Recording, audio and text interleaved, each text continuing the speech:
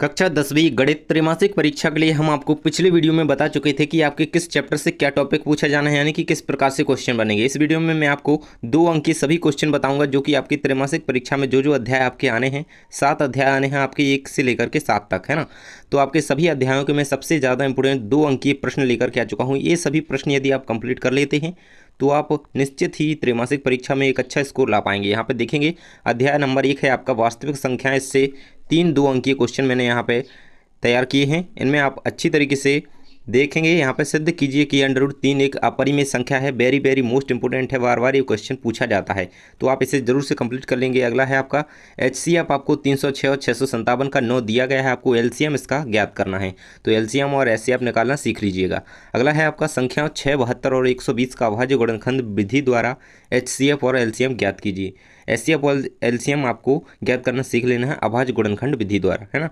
अगला चैप्टर है आपका अध्याय नंबर 2 है आपका बहुपद। इसके जो क्वेश्चन हैं 2 अंक के सभी देख लेते हैं हम। यहाँ पे द्विघात बहुपद x³ + 7x + 10 के शून्य ज्ञात कीजिए और शून्यकों तथा गुणांकों के बीच के संबंध की सत्यता की जांच कीजिए। यहाँ पे संबंध की सत्यता की जांच कीजिए ये पूछ रहा है, तो आपको मैंने पिछले वीडियो में बताया था कि आपको संबंध की सत्यता की जाँच करना जरूर से सीख लेना है ना। तो इसका फॉर्मूला आपको यह पता होना चाहिए कि जांच कैसे की जाती है ना।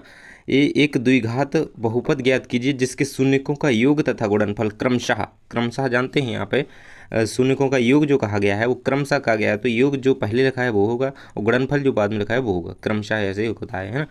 तो योग जो है 1/4 दिया गया है आपको, गुणनफल -1 दिया गया है, तो यहाँ पे इसका आप सॉल्यूशन कर लेंगे। अगला क्वेश्चन है आपका एक द्विघात बहुपद ज्ञात कीजिए जिसके शून्यकों के योग तथा गुणनफल क्रमशः 1 और 1 हैं। तो ये क्वेश्चन पिछली बार भी पूछा गया था और बहुत ही ज़्यादा इंपॉर्टेंट है, ये सभी तैयार कर लीजिएगा। इनके आंसर जल्दी ही अगले वीडियो में आएंगे और आपको साइंस का, हिंदी का और अन्य सब्जेक्ट जो है आपके सभी के वीडियोस प्रोवाइड करा चुका हूं, तो जाकर के देखिए, सभी इंपॉर्टेंट क्वेश्चन आपको बताए गए हैं और साथ में कई के आंसर भी हमने बताए हैं। अगला क्वेश्चन है आपका 4u² + 8u के शून्य ज्ञात कीजिए। तो आपको ये बहुपद दिया गया है, इसके शून्य का आपको ज्ञात करने हैं, है ना। तो सेकंड अध्याय हमारा कंप्लीट हो जाता है। 3rd नंबर का अध्याय 3 है 2 चरों वाले रैखिक समीकरण। यहाँ पे 2 संपूरक कोणों में बड़ा कोण छोटे कोण से 18 डिग्री अधिक है, उन्हें ज्ञात कीजिए। तो आपको इसमें कोण बनाना होगा, उसके अकॉर्डिंग यहाँ पे देखना होगा कि कोण कौन सा अधिक है ना, उन्हें ज्ञात करना है आपको। कोण ज्ञात करना है। P के किन मानों के लिए निम्न समीकरणों के युग्म का एक अद्वितीय हल होगा, है ना। अद्वितीय हल कब होता है ये देखिए, मैं आपको ये तीनों स्थितियां बता देता हूँ, आपको ये बिल्कुल भी भूलना नहीं है। देखिए ये क्वेश्चन, इस क्वेश्चन के ये दोनों समीकरण हो गए। यहाँ पे आपको P में कौन सा मान रखा जाए कि इन समीकरणों का जो हल है ना, समीकरण युग्मों का जो हल है वो अद्वितीय हल आए, है ना। तो कौन सी स्थिति हमें बनानी है यहाँ पे, अद्वितीय हल, ये वाली स्थिति हमें बनानी है ना, अद्वितीय हल होगा। तो ये तीनों स्थितियां याद रखिएगा। A1/A2 बराबर नहीं B1/B2, तो यहाँ पर रेखा प्रतिच्छेद करती हैं जिसमें समीकरण युग्म का एक अद्वितीय हल होता है ना। रेखीय युग्म संगत होता है, प्रतिच्छेद करती हैं रेखा, तो इस प्रकार से उसका डायग्राम बनेगा, है ना। ये एक रेखा है, इसको एक रेखा काट रही है, तो ये प्रतिच्छेद कर रही है, काट रही है ना।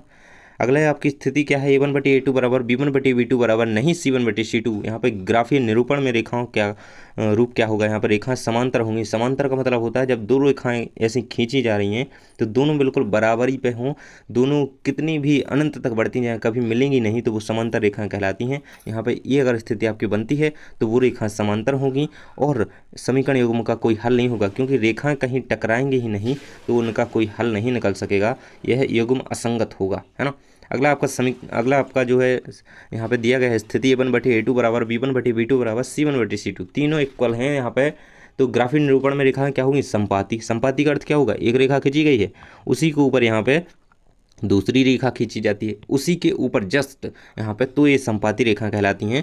रेखीय युग्म के अनंत अनेक हल होगी, है ना। तो यहाँ पे कई सारे हल इसके निकलेंगे इस स्थिति के अकॉर्डिंग।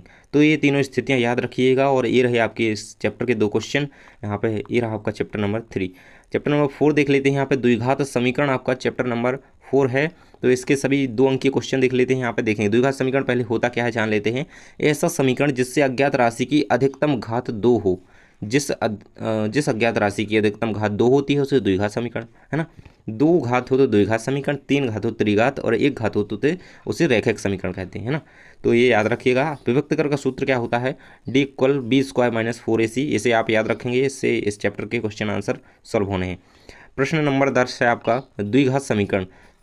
2x प्लस 2kx+3 = 0 में k का ऐसा मान ज्ञात कीजिए। k का मान ज्ञात करना आपको सीख लेना है ना। k का मान ज्ञात करना इस चैप्टर के लिए बहुत ही इंपॉर्टेंट है और कई बार क्वेश्चन पूछा गया है। द्विघात समीकरण आपको दिया गया है, इसके मूल ज्ञात करने हैं आपको। दो क्रमागत धनात्मक पूर्णांक ज्ञात कीजिए जिनके वर्गों का योग 365 हो। तो ये वाला क्वेश्चन कर लीजिएगा। द्विघात समीकरण के मूल ज्ञात कीजिए। आपको एक समीकरण दिया गया है, इसके आपको मूल ज्ञात करने हैं, तो यहाँ पे देख सकते हैं। तो ये चैप्टर आपका होता है कंप्लीट। समांतर श्रेणी 5 नंबर का अध्याय है आपका। इससे जो जो 2 अंक के क्वेश्चन बनेंगे सभी देख लेते हैं और यहाँ पे इसके जो क्वेश्चन है वो किन फॉर्मूला से यहाँ पे आप कंप्लीट कर पाएंगे तो वो मैं आपको बता देता हूँ। एन व पद यदि आपको ज्ञात करना है तो ये वाला फॉर्मूला आपको लगाना है ना। तो यहाँ पे देख सकते हैं आपको ए जो होता है आपका प्रथम पद कहलाता है ए, और डी सार्वंतर कहलाता है यहाँ पे डी, और एल जो होता है वो अंतिम पद कहलाता है ना। तो ये 3 फॉर्मूला आपके इस चैप्टर में लगेंगे। इन्हीं से आपके जो है सभी क्वेश्चन इस चैप्टर के कंप्लीट होंगे। यहाँ पे एनवां पद निकालना आप जरूर से सीख लेंगे और ये वाले आपके जो फॉर्मूला हैं इनसे ज्ञात करना क्वेश्चन आप जरूर से सीख लेंगे, यहाँ छोड़ना नहीं है एक भी, है ना। अगला क्वेश्चन है आपका इसी चैप्टर का है। समांतर श्रेणी का प्रथम पद ए आपको माइनस 2 दिया गया है, सार्वंतर यहाँ पे आपको डी बराबर 2 दिया गया है। तो अगले 4 पद ज्ञात कीजिए। तो आपको यहाँ पे एनवां पद ज्ञात करना है ना। अगले पद ज्ञात करने हैं तो आपको कौन सा यहाँ पे फॉर्मूला लगाना है, ये वाला सबसे पहले नंबर पर जो दिया गया है इससे आप उसे निकालेंगे। आपको ए और डी दिया गया है। अगला क्वेश्चन है आपका 5 के प्रथम 10 गुणजों का योग ज्ञात कीजिए। यहाँ पे आपके लिए फॉर्मूला दिया गया है, इससे आप इसका आंसर निकाल सकते हैं इस फॉर्मूला का यूज़ करके। 10 गुणजों का योग ज्ञात करना है आपको। समांतर श्रेणी दी गई है आपको 21, 18, 15। इसका कौन सा पद 81 होगा, है ना। इसका कौन सा पद 81 है, इसे ज्ञात करने के लिए आप फॉर्मूला का यूज़ करके इससे निकाल सकते हैं ना। अगला अध्याय है आपका 6 नंबर का अध्याय है त्रिभुज। इससे जो जो क्वेश्चन आपके 2 अंक के बन रहे हैं हम देख लेते हैं यहाँ पे। तो ये आपको आकृति दी गई है, आकृति में डी ई समांतर बी सी हैं, ई सी ज्ञात कीजिए, है ना। तो आपको पूरा डायग्राम दिया गया है, ये क्वेश्चन ही है आपका, है ना। इसको आपको समझ करके कितना सेंटीमीटर कहाँ दिया गया है इसका आपको हल निकाल लेना है। इसको अच्छी तरीके से याद करके ज्ञात कर लीजिएगा। यहाँ पे 18 नंबर का क्वेश्चन है आपका आकृति में पी एस बटे पी टी। यहाँ पे बटे में मैं ऐसे कर नहीं पाया, लेकिन आपको ऐसे ही समझना है। देखिए इस प्रकार से वो लिखा हुआ है पी एस बटे पी टी एस क्यू बटे टी आर, है ना। बटा ए लिखा हुआ है बटे, है ना, अपॉन, तथा कोण पी एस टी इक्वल कोण पी आर क्यू है। सिद्ध कीजिए कि त्रिभुज पी क्यू आर एक समद्विबाहु त्रिभुज है। तो यहाँ पे देखेंगे आपके डायग्राम आपका चित्र में दिया गया है, ये प्रश्न में ही दिया गया है। यहाँ पे देखेंगे आपके कोण बन रहे हैं और ये आपका त्रिभुज दिया गया है। 2 त्रिभुज जिसमें बन रहे हैं, पी क्यू आर एक पूरा बन रहा है और पी एस टी बन रहा है ना।